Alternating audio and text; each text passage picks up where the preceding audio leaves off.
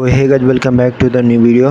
और जैसे कि आप सभी को पता हो कि BCCLE 2024 का एग्ज़ाम जो हो रखा था उसका रिज़ल्ट भी काफ़ी दिन पहले आ चुका था और फाइनली नोटिफिकेशन भी आ चुका है आपका काउंसलिंग का। ठीक है, जो 2024 के बच्चे हैं जो BCCLE के थ्रू बीटेक में एडमिशन लेना चाहते हैं, वो भी आपका सेकंड ईयर में, उन सारे बच्चों के लिए ये नोटिफिकेशन ऑलरेडी आ चुका था। ठीक है, but due to the some reason and some workload and pressure बोल सकते हो, जिसकी वजह से मैं कोई वीडियो नहीं शूट कर पा रहा था। बट काफ़ी बच्चों का डिमांड आ रहा था कि सर चॉइस फिलिंग कैसे करें, कैसे बेस्ट कॉलेज को चूज करें, कुछ चीज़ें हम मुझे बता दीजिए। तो मैं उसी के ऊपर बताने वाला हूँ। ये वीडियो आप कंप्लीट देख के जाओगे तो आपको पता चलेगा कि कैसे एक चॉइस फिलिंग में आप बेस्ट से बेस्ट अपना चॉइस फिलिंग कर सकते हो। तो सबसे पहले मैं आपको दिखाना चाहूँगा नोटिफिकेशन जो यहाँ पे 2024 के लिए आ रखा था। ठीक है, इसमें आपको मैं एक बार दिखा देना चाहूँगा कि नोटिफिकेशन में जो आपका चॉइस फिलिंग का डेट है वो कब से कब तक रखा गया, क्योंकि आपको रूबरू होना भी ज़रूरी है। देखोगे तो आप यहाँ पे डेट साफ साफ क्लियर कर दिया गया है कि जो आपका सिटमेटिक्स का जो आने का डेट था वो ऑलरेडी पब्लिक कर दिया गया है। एंड उसके सिवा देखो तो स्टार्टिंग डेट आपको रजिस्ट्रेशन एंड चॉइस फिलिंग वो आपका 7/9/2024 से स्टार्ट हो चुका है और मैं वीडियो बना रहा हूँ ये 9 तारीख को। ठीक है, मैं 2 दिन ऑलरेडी लेट हूँ। मैंने पहले ही बोला कि due to the some work and reason and work pressure मैं वीडियो शूट नहीं कर पाया था, but don't worry about that.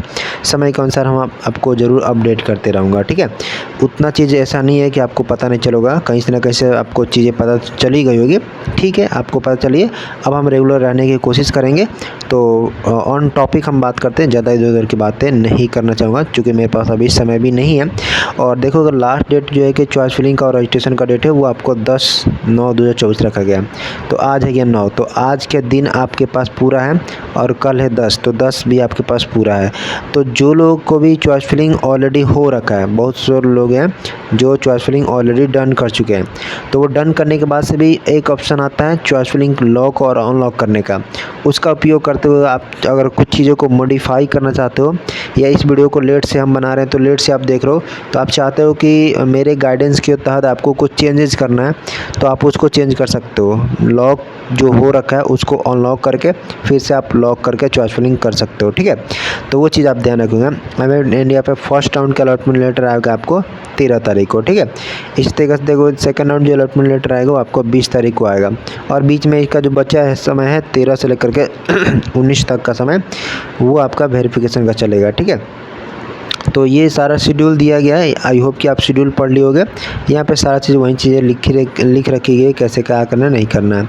तो ये तो बात हो गई शॉर्ट में, मैंने आपको बता दिया। बट सबसे ज़्यादा इम्पोर्टेंट चीज़ था हमारे लिए, वो था हमारे लिए कि आपको वो है आपका कि चॉइस फिलिंग आप कितना बेहतर से बेहतर कर सकते हो। तो देखिए, चॉइस फिलिंग बेहतर से बेहतर करने के लिए कुछ फैक्टर ऑफ सेफ्टी मैंने ले रखे हैं।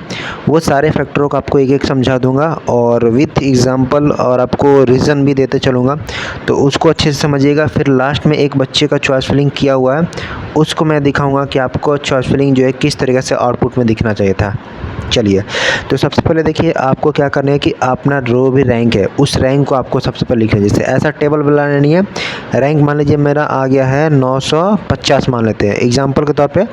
ठीक है, 950 मैंने मान लिया, तो ये मेरा रैंक हो गया, इसको लिखना। अब देखो लोकेशन में आपको क्या करना है कि आपको अपना लोकेशन लिखना है। जैसे मान लीजिए कि मैं गोपालगंज से हूँ, तो यहाँ पर मैं लिखता हूँ गोपालगंज। ठीक है, तो मैं लिख दिया गोपालगंज। उसके बाद से फैसिलिटी। अब देखिए, जो भी बच्चे हैं जिस भी कॉलेज में जा रहे हैं पढ़ने के लिए, उसका माइंडसेट होता है कि मुझे क्या क्या फैसिलिटी चाहिए। जैसे मान लीजिए कि कोई बच्चा कह रहा है मुझे जिम की फैसिलिटी चाहिए, तो जिम लिख देगा। ठीक है, कोई चाहता है कि मुझे लाइब्रेरी की फैसिलिटी अच्छी हो जाता, तो वो लाइब्रेरी लिख देगा यहाँ पे। उसके सिवाय मान लीजिए कोई बच्चा ये भी चाहता है कि मुझे वहाँ के स्टाफ लोग भी अच्छे दिखना चाहिए था। स्टाफ जो लोग होते हैं वो स्टाफ जो हैं वो एक मतलब कि सपोर्टिव दिखे मुझे। ठीक है, अगर मान लीजिए कि फैसिलिटी वो ये चाहता है कि मुझे वहाँ पर लैब अच्छे मिलेगा, तो लैब लिख लेगा। उसके सिवाय कुछ ये भी बच्चे होंगे जो चाहते हैं, जो मुख्य तौर पे होती है वो कि स्टडी का इन्वायरमेंट अच्छा होगा, तो वो स्टडी लिख देंगे। तो ये सारे आपको फैक्टर लिखनी है। देखिए, मैंने आपको छोटा करके दिखाता हूँ, ये सारे फैक्टर आपको लिख लेनी है। इससे क्या होगा ना, जब भी आप चॉइस फिलिंग करने बैठोगे तो देखोगे कि कौन से कॉलेज की कैसी फैसिलिटी है। अगर वहाँ पे जिम है तो मुझे वहाँ चॉइस फिलिंग करनी है, लाइब्रेरी है अच्छा, तो स्टाफ है अच्छा, लैब है वहाँ पे, स्टडी अच्छी होती है, तो वो कॉलेज मुझे टॉप पे रखनी है। टॉप मतलब टॉप, सबसे पहला दूसरा तीसरा ऐसे चॉइस फिलिंग करनी है। तो ये सारे फैसिलिटी आपको देखनी पड़ेगी। और ज़रूरी नहीं है कि सारे कॉलेज में जिम मिल जाएगा, सारे कॉलेज में लैब अच्छी मिल, सारे कॉलेज में स्टाफ अच्छे मिल जाए, सारे कॉलेज में जो कि स्टडी वगैरह अच्छा हो। ये कुछ ना कुछ कॉलेज की अपना खासियत होती है, उस खासियत को आपको पकड़नी है। और ये खासियत कैसे आपको पता चलेगी, तो देखिए आपके आसपास में या आपके जाने पहचाने सीनियर, ठीक है, या इवन कई सारे लोग हैं जो मेरे कांटेक्ट में आते हैं, वो मेरे से पूछ सकते हैं, या जिनके सीनियर है या भाई बहन कहीं ना कहीं पढ़ रहे हैं, तो उसकी क्या फैसिलिटी होती है वो आप ज़रा एक बार कॉलेज को चूज करने से पहले पता कर लेंगे। ऐसा ना हो कि जिस कॉलेज में जाएँ उस कॉलेज में आपको फैसिलिटी नहीं मिल रही है। पेमेंट तो आपको सारे कॉलेज का सेम होता है, जो भी सेमेस्टर की फ़ी होती है वो सेम होती है, बट कहीं पे फैसिलिटी अच्छी मिलेगी, कहीं पे नहीं मिलेगी। तो वो ज़रूर आप एक बार चेकआउट कर लीजिएगा कि फैसिलिटी मुझे अच्छी मिले। और लोकेशन भी आप लोग चेक कर लीजिएगा, लोकेशन वाइज ही आपको चलना है। अब देखिए जैसे मैंने बोल दिया कि मैं गोपालगंज से हूँ, तो गोपालगंज से कौन सा कॉलेज का चूज़ कर रहा हूँ मैं, उस कॉलेज की कितना डिस्टेंस है वो मुझे मालूम होना चाहिए था। ऐसा ना हो कि हम बहुत दूर चले जाएँ। मान लीजिए कि मेरा गोपालगंज घर है, ठीक है, और ऐसा ना हो कि मैं किशनगंज कॉलेज चूज कर लूँ, वहाँ से मुझे 400 किलोमीटर अंदर जाना पड़ेगा।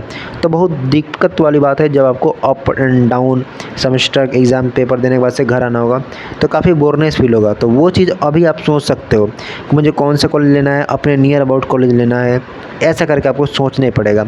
और जो लोग सोचे हैं कि दूर कॉलेज मिलेगा, बढ़िया कॉलेज मिलेगा, तो भाई बिहार इंजीनियरिंग कॉलेज में मैं बता दूं कि बढ़िया और ख़राब कोई कॉलेज है ही नहीं। सारे कॉलेज सेम टाइप के, सारे कॉलेज में बीपीएससी के टीचर क्वालिफाई करके आ चुके हैं, सारे कॉलेज में फैसिलिटी लैब वगैरह सब कुछ सेम है, बट थोड़ा बहुत वेरिएंट है, वो आप फैसिलिटी एक बार ज़रूर चेकआउट कर लेना, ठीक है। उसके सिवा हम जो है कि अगला फैक्टर पर बात करना चाहेंगे, वो अगला फैक्टर हमारे पास गर्ल्स और बॉयज़ का। देखिए जनरली जो गर्ल्स होती है वो थोड़ा सिक्योर और सेफ्टी उनको देना चाहिए था, ठीक है। अभी तक तो आपने यही सुना होगा और देखा होगा, मैं किसी को डिमोरलाइज और किसी को जज नहीं कर रहा हूँ, बट इन जनरली जो हमारे समाज की प्राथमिकता है उसको ध्यान में रखते हुए गर्ल्स को ऐसा है कि उनको जितना ज़्यादा हो सकता है अपने होम डिस्ट्रिक्ट के आसपास कॉलेज को चूज करनी है, खास करके गर्ल्स लोगों को, क्योंकि एक सिक्योरिटी पर्पज से सेम रहेगा, ट्रैवलिंग वगैरह भी कम करना पड़ेगा, और एक इन्वायरमेंट आपको अच्छा मिल जाती है अपने आसपास के डिस्ट्रिक्ट में, तो फिर वो उससे ज़्यादा बेटर होगा कि आप दूर जाओ, उससे बेटर होगा कि आप नज़दीक के कॉलेज में पढ़ो। तो ये गर्ल्स लोग के लिए। बॉयज़ के लिए तो आप बॉयज़ लोगों को दूर भी निकाल दो तो कोई फ़र्क नहीं पड़ता है खास करके, लेकिन आप लोगों को मैं कहता हूँ कि अपने आसपास कॉलेज में डिस्ट्रिक्ट के आसपास में अच्छा कॉलेज मिलता है, तो आप लोग अपने आसपास कॉलेज को भी ज़रूर चूज करिएगा। तो ये गर्ल्स बॉयज़ में आप लोग थोड़ा सा डिफ्रेंशिएशन फैक्टर ऑफ सेफ्टी लेते हुए ज़रूर चलिएगा। एंड लास्ट जो इम्पोर्टेंट है वो है आपके पास 5वां नंबर की ब्रांच चूज करने से रिलेटेड। देखिए कभी ऐसा होता है ना, किसी बच्चे ने मान लीजिए कि जब डिप्लोमा पास करा, ठीक है, जब डिप्लोमा पास करा तो वो था सिविल, क्या था वो, सिविल था। अब उसको सिविल में मन नहीं लगता है, अब वो सोचता है कि सिविल में ना लेकर के मैं सीएससी चूज कर लेता हूँ। अब सीएससी चूज करने के लिए वो सोचने लगता है, तो जैसे वो ब्रांच को चूज करता है तो वो कन्फ्यूजन क्रिएट करता है ना कि सिविल से सीएससी ले लूँ, सीएससी से कभी कभी सिविल ले लेगा। तो उस केस में क्या होगा ना, जब आप स्टडी करोगे ना तो बहुत दिक्कत होगी आपको, ऐसा लगेगा कि यार सब चीज़ नया पढ़ना पड़ेगा और सब चीज़ में मेहनत आपको डबल करनी पड़ेंगे, तो उतना ज़्यादा क्यों करना। और आप 3 साल ऑलरेडी डिप्लोमा करते वक्त अपना समय कीमती दे चुके हो, तो 3 साल और देने के लिए आप उसी ब्रांच को चूज करोगे तो शायद उसमें और बेस्ट कर सकते हो, नेक्स्ट लेवल का अंडरस्टैंडिंग ग्रैब कर सकते हो, और एक नेक्स्ट लेवल का आप चीज़ों को करने के लिए आप एलिजिबल हो सकते हो उस पर्टिकुलर ब्रांच में। तो इस बात का आप लोग ध्यान रखते हुए ब्रांच का सिलेक्शन भी आप लोग उसी हिसाब से करेंगे। ब्रांच को स्विच करना, ब्रांच को इधर से उधर मिलाना जुलाना काम आप लोग बंद कर देना, ये मेरा एडवाइस होगा। ये मेरा पर्सनल 5 गाइडेंस थे जिसको ध्यान रखते हुए आपको चॉइस फिलिंग करनी है। अब देखिए इसमें सबसे मोस्ट इम्पोर्टेंट चीज़ मैं आपको बताना चाहूँगा, ये जो रैंक है ना, ये रैंक बहुत बड़ा इंपॉर्टेंट रोल प्ले करती है। इस रैंक के मुताबिक आपको कैसे कॉलेज सेलेक्ट करनी है और कितने रैंक पे कितने मिनिमम कॉलेज सेलेक्ट करनी है, चलिए ज़रा इसके बारे में आपको बता देता हूँ। तो जैसे कि मैं अब थोड़ा रैंक के बारे में बात करने वाला हूँ, तो थोड़ा सा आप लोग ध्यान दीजिएगा रैंक के बारे में। देखिए अगर आपका ईवार रैंक, मैं जो भी बात कर रहा हूँ यहाँ पे ईवार रैंक की बात कर रहा हूँ, मैं कैटेगरी रैंक और अदर चीज़ रैंक की बात नहीं कर रहा हूँ। जैसे आरसीजी भी रैंक है, ठीक है, और गर्ल्स की भी अपना रैंक होती है, कैटेगरी की भी रैंक अपना होती है। उन सारे रैंक में बात नहीं कर रहा हूँ, मैं ओनली और ओनली ईवार रैंक की बात कर रहा हूँ। तो जिनका रैंक 1 से लेकर 500 के अंदर में, वो एटलीस्ट कोशिश करेंगे कि मिनिमम 20 कॉलेज को चूज़ ज़रूर करें। देखिए मैंने अपना खुद का एक्सपीरियंस बता रहा हूँ कि कुछ ऐसा भी बच्चे होते हैं जो जिनका रैंक मान लीजिए 25-30 के अराउंड है, वो क्या करते हैं 2 कॉलेज 3 कॉलेज डाल के छोड़ देते हैं। अरे भाई आप BCCLE का एग्ज़ाम दिए हो, BCCLE के तहत सारे कॉलेज में 6-7 ही सीट मैक्सिमम होते हैं, या किसी कॉलेज में जहाँ पे सीट ज़्यादा होती है वहाँ पे 10 से 12 होंगे। तो 10 से 12 ही सीट है, 2 ही कॉलेज चूज करें तो अगर 20 भी कॉलेज मानते हैं तो 20 दूना 40 हो गया। या अगर ऐसे भी देखो 10-10 सीट है तो 20 सीट हो गया, और आपका 25-26 रैंक है, तो कैसे मिलेगा कॉलेज? कोई ब्रांच लेते हो तो शायद ही चांसेस था मिलने का, तो वो एक पॉसिबिलिटी होती है। तो आपको एक फैक्टर ऑफ सेफ्टी कंसिडर करते हुए अगर आपका रैंक 1 से 500 के अंदर में, तो आपको एटलीस्ट 20 कॉलेज को चूज़ करना ही करना है। और ध्यान दीजिएगा कि 20 कॉलेज चूज़ कर रहे हो तो कोई मुश्किल नहीं है, आपको करना चाहिए था, आपको सेफ्टी के लिए करना पड़ेगा। अगर आप नहीं करते हो तो मान लीजिए कोई कॉलेज नहीं मिला तो फर्स्ट राउंड में ही आप आउट हो गए, सेकेंड राउंड में आपका कोई चांस ही नहीं बना, तो अच्छा रैंक लाने के बाद भी आप आउट हो गए। तो आपको क्या करनी है, सेकंड राउंड को भी ध्यान में रखते हुए आपको मिनिमम जो कॉलेज सेलेक्ट करने की जो मैंने लिस्ट बता रखी है उसको आप लोग ज़रूर फॉलो करिएगा।